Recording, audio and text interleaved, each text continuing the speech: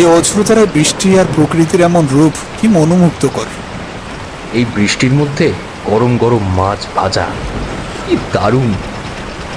বাজারে তো অনেক মাছই উঠেছে, চাইলে তো কিনে নিতে পারিস। তা তো বন্ধু কিনতেই পারি, কিন্তু কিন্তু কি? নিজের হাতে মাছ ধরে রান্না খাওয়ার মজাই আলাদা। আমাদের এই কলকাতা শহরে এত এত অট্টালিকার মাঝে কোথায় মাছ ধরবি বলতো? আকাশ বাইরে বৃষ্টির দিকে কিছু সময় তাকিয়ে থাকার পর বলল, নকশিপুরে আমাদের আদি বাড়িতে যাবি? অনেকদিন ধরে এই বাড়িটা ফাঁকা পড়ে আছে, চনা কদিন কি ঘুরে আসি। সে তো ঘুরে আসাই যায়, অফিস থেকে দিন তিনেকের ছুটি নিলেই হবে। কিন্তু বললি যে ওই বাড়িতে কেউ থাকে না। আমরা কেউই থাকি না বটে, কিন্তু বাড়ি দেখাশোনা করবার জন্য সাধন দাদু থাকে। বহু বছর আগে বাবা মার সাথে দু একবার গেছিলাম, তবে কোনোদিন ওই বাড়িতে থাকিনি। বাবা মা কোনো এক কারণে ওখানে রাতে থাকতে ভয় পেত। এখন আর বাবা মাও নেই, আর আমাদের ওই বাড়ির পেছনে বিশাল পুকুর আছে, আর তাতে প্রচুর মাছ পাওয়া যায়। ওখানকার গ্রামের লোকেরাই সেই পুকুরের মাছ খায়। 2-3 দিন আমরাই ওখানে মাছ ধরবো, আর সাধন দাদুর হাতে মাছের অনেক রেসিপি খাবো। চ। আকাশের কথা মতোই ঠিক হলো দিন তিনেকের জন্য নকশিপুর যাওয়া হবে। যেমন কথা তেমন কাজ। 3 দিন পর বাড়ি থেকে রওনা দিলাম। আমরা যে তোদের বাড়িতে যাচ্ছি সে ব্যাপারে কি সাধন দাদুকে জানিয়েছিস? ফোন করে দিয়েছি, তবে আমরা যে ওখানে গিয়ে দিন 2 থাকবো সে কথাটা আগে আগে বলিনি, বুঝলি। অবশ্য তাতে অসুবিধা কিছু হবে না।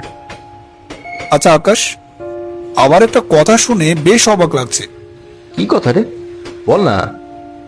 তুই বললি কাকু কাকিমা নিজেরাও ওখানে কখনো থাকেনি, বা যতদিন ওনারা জীবিত ছিলেন তোকেও কখনো ওখানে যেতে দেয়নি। এর কারণটা কি? এই একই কথা আমিও বাবা মাকে অনেকবার জিজ্ঞাসা করতাম, ওখানে না থাকার কি আছে।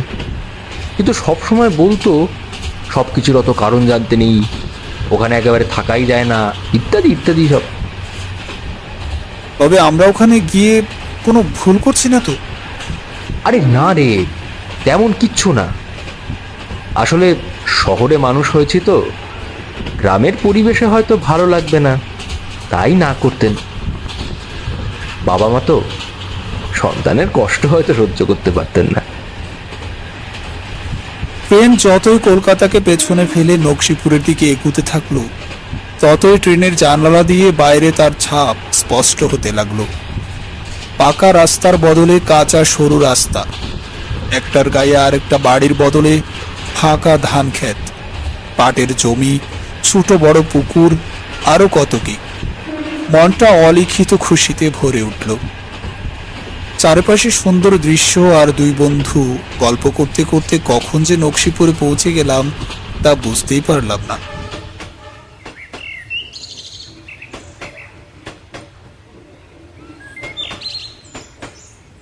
নকশিপুরে যখন গিয়ে পৌঁছলাম তখন বিকেল হয়ে গেছে। স্টেশনে পৌঁছে আকাশ ওদের বাড়ির ঠিকানা বলতেই রিক্সাওয়ালা চিনে ফেলল। তা বাবু, ওই বাড়ি তো ফাঁকাই পড়ে থাকে, তা বাড়িটা দেখতে এসেছেন বুঝি? ওই বাড়ি বিক্রি করাও তো মুশকিল, রাতে ট্রেনে ফিরে যাবেন বুঝি? আমি আপনাদের আবার কখন নিতে আসবো?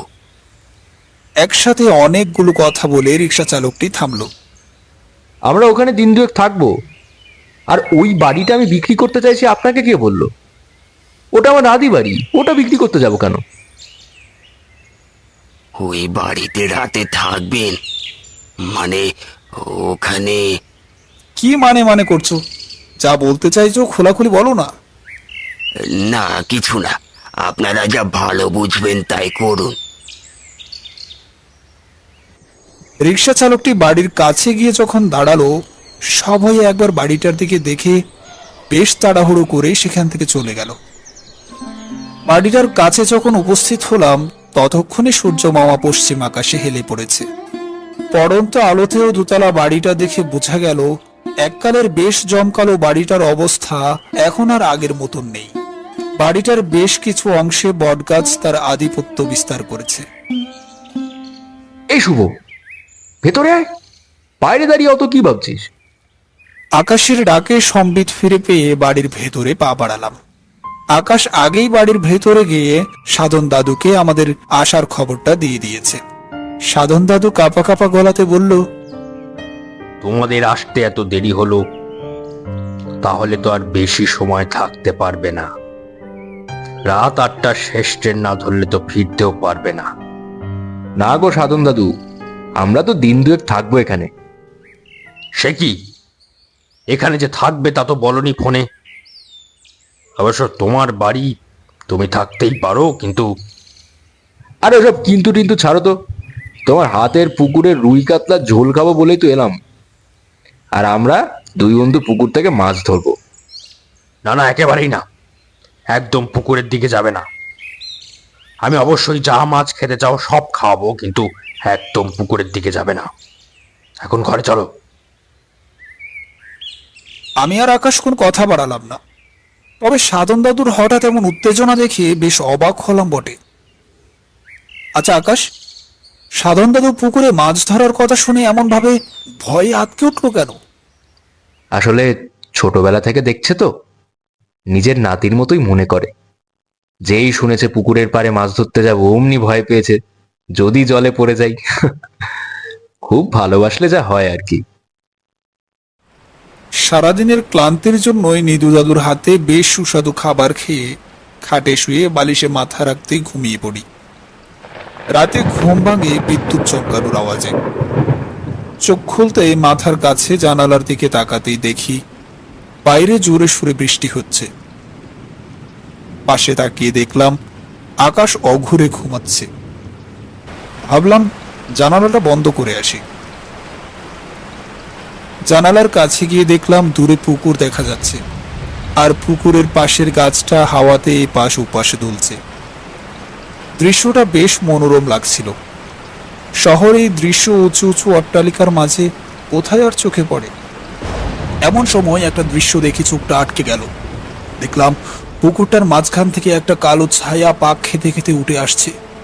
জলের চারপাশে কবার পাক খেয়ে ধীরে ধীরে একটা চেহারা স্পষ্ট হলো। চেহারাটা ঠিক স্বাভাবিক নয়, একটা ভয়ঙ্কর নারী মূর্তি, যার চুল হাওয়াতে ভাসছে, গায়ের রং কালো, মুখের দুপাশে লাল রক্ত পরিষ্কার বোঝা যাচ্ছে।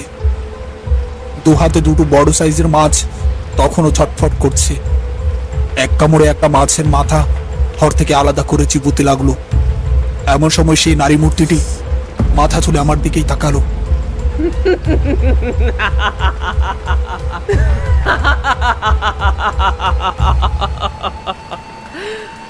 আর বিকটভাবে হাসতে হাসতে আমার দিকে এগিয়ে আসছে। আমি আর চুপ করে দাঁড়িয়ে থাকতে পারলাম না, জানালার কপাটটা বন্ধ করে দিলাম। জানালার বাইরে তখন বেশ জোরালো একটা শব্দ শুনতে পেলাম। শব্দটা ধীরে ধীরে মিলিয়ে গেল। সেদিন রাতে আর দু চোখের পাতা এক করতে পারলাম না। পরদিন সকালে সব কথা আকাশকে খুলে বললাম। ও বলল, আরে ওসব কিছু না, সাধন দাদুর হাতের রকম জবরদস্ত রান্না খেয়ে তোর পেট গরম হয়েছিল, তাই ওসব ভুলভাল স্বপ্ন দেখেছিস। আকাশ আর আমার কোনো কথাই কানে তুলল না। এরপর আমরা দুজনে আকাশের পুরো বাড়িটা ঘুরলাম, এমনকি সেই পুকুরের কাছেও গেলাম। পুকুরের কাছে গিয়ে আকাশ বলল, আজ রাতেই মাছ ধরবো, কলকাতা থেকে ছিপ সাথে করে নিয়ে এসছি। আচ্ছা, তাহলে সবকিছু আগে থেকে গুছিয়ে রেখেছিস দেখছি। শান্ত পুকুরটার দিকে একবার তাকালাম। কালকে রাতে যে এমন ভয়ঙ্কর দৃশ্য আর ওই বিভৎস চেহারা দেখলাম, সেটা আমার স্বপ্ন হতে পারে এই ভেবে সব ভোলার চেষ্টা করলাম। এরপর সকালের খাবার খেয়ে গ্রাম দেখতে বেরোলাম। সত্যি কি অপরূপ দৃশ্য, যেন ঈশ্বর নিজের হাতে ছবি এঁকেছেন। এর মাঝে আকাশ গ্রামের সবার সাথে দেখা করে। তবে একটা বিষয় খেয়াল করলাম, ওই বাড়িতে থাকা নিয়ে কেউ বিশেষ খুশি হতে পারছেন না। এমন ভাবেই দিনটা বেশ কাটলো। এই শুভ, ঘুমিয়ে পড়লি নাকি? আরে যে কাজের জন্য এখানে এসেছি সেটা করবো না? মাছ ধরতে যাবি, চ। কালকে সকালে ধরলে হতো না? আরে না না, চ না। আরে রাতে মাছ ধরার মজাই আলাদা। ঝিরঝির করে বৃষ্টি শুরু হয়েছে। পুকুরের কাছে গিয়ে দুজনেই সিঁড়িতে বসে পড়লাম। আকাশ এর মধ্যেই আগে থেকে টোপ জোগাড় করে রেখেছে। সব রেডি করে ছিপ জলে ফেলে চুপ করে দুজনেই বসে রইলাম। কিছু সময় টোপ জলে ফেলার পর থেকেই বুঝতে পারছি জলের নিচ থেকে বড়শিটা যেন কেউ টানছে। মাছ ভেবে দু একবার বড়শি উপরে তুলেও দেখেছি, কিছুই নেই। আকাশের সাথে আরো বেশি করে এমন হচ্ছে। কিছু সময় পর জলের মাঝখান থেকে কালো একটা ছায়া পাক খেতে খেতে উঠে এলো, আর কয়েক মুহূর্তের মধ্যেই গত রাতের মতো সে ভয়ঙ্কর চেহারায় রূপ নিল। আজ সামনে থেকে দেখে শরীরটা আরো ভয়ঙ্কর লাগছে, মাথাটা যেন ধর থেকে আলাদা হয়ে আসছে। আকাশ তো এইসব দেখে কিছুই বুঝতে পারছে না। আকাশ বলল, কে কে তুমি? তোর মৃত্যু আমি আমি অনেক দিন ধরেই অপেক্ষাতে ছিলাম। আজ কাকছে পেয়েছি। আর বাঁচবি না, তুই বাঁচবি না। এই বলে একটি লম্বা হাত এগিয়ে এসে আকাশের গলা চেপে ধরল। আকাশের চোখ যেন ঠিকরে বেরিয়ে আসছে। আমি আর এক মুহূর্ত সময় নষ্ট না করে দৌড়ে গেলাম সাধন দাদুর কাছে। মালতী, ওকে ছেড়ে দাও, ওর তো কোনো দোষ নেই। নিধুদা, তুমি আজকে ওকে বাঁচাতে পারবে না। ওর পরিবার আমার মৃত্যুর জন্য দায়ী। তা আমি জানি, ওর পরিবারের দোষের শাস্তি ওকে দিচ্ছ কেন? তোমার সন্তানের দিব্যি, ওকে তুমি মারবে না। এই বলে সেই নারী অবয়বটি আকাশকে ধীরে ধীরে ছেড়ে দেয়। আকাশ থপ করে মাটিতে পড়ে যায়। তুমি তুমি কে? আমি আমি হরেন চক্রবর্তী স্ত্রী। মানে মানে আমার আমার আমার দাদুর? ঠিকই ধরেছ, ও তোমার দাদুর বউ ছিল, কিন্তু তোমার দাদু কোনোদিনও তাকে বউয়ের মান্যতা দেয়নি। তোমার দাদু শহরে থাকলেও এখানে সময় কাটাতে মাঝে মাঝেই আসতেন।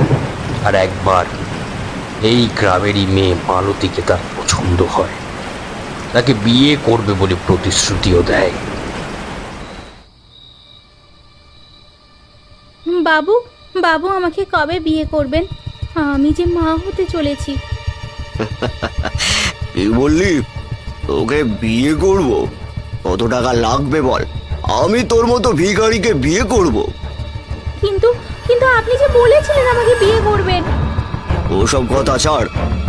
আমি সবাইকে আপনার আসল রূপের কথা বলে দেব।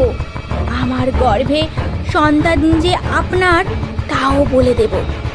আচ্ছা, তোর এত বড় সাহস, তুই আমার কথা সবাইকে বলবি? বাঁচলে তারপর তো বলবি। দাঁড়া, তোর ভবলীলার সাঙ্গ করছি।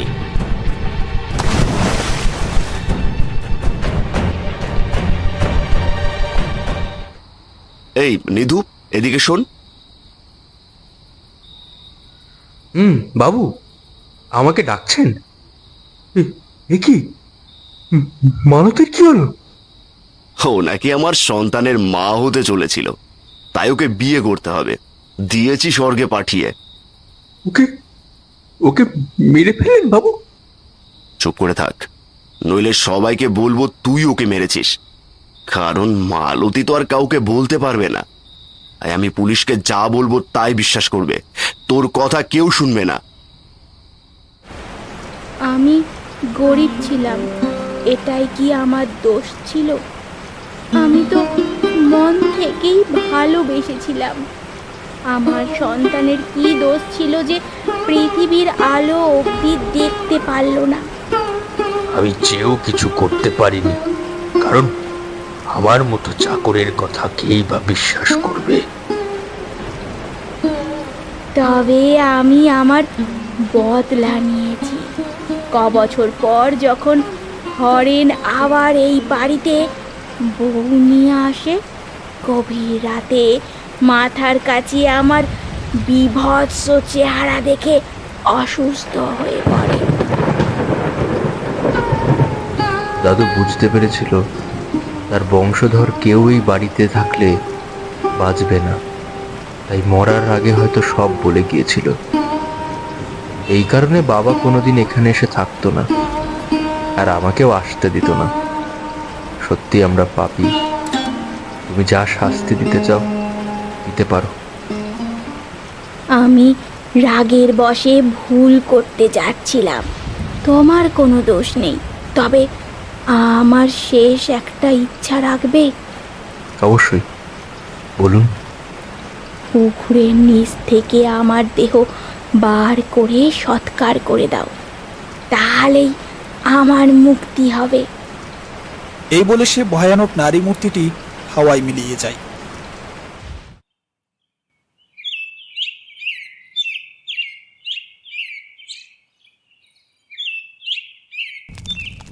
পরদিন সকালে পুকুরের নিচ থেকে একটা জরাজীর্ণ কঙ্কাল উদ্ধার করা হয়। শ্মশানে নিয়ে আকাশ তার শেষকৃত্য সম্পন্ন করে। এই ঘটনার মধ্যে দিয়েই মালতীর আত্মা মুক্তি পায়। আকাশ তার নকশিপুরের সে বাড়িটা তার অলিখিত ঠাকুমার স্মৃতির জন্যই রেখে দেয়।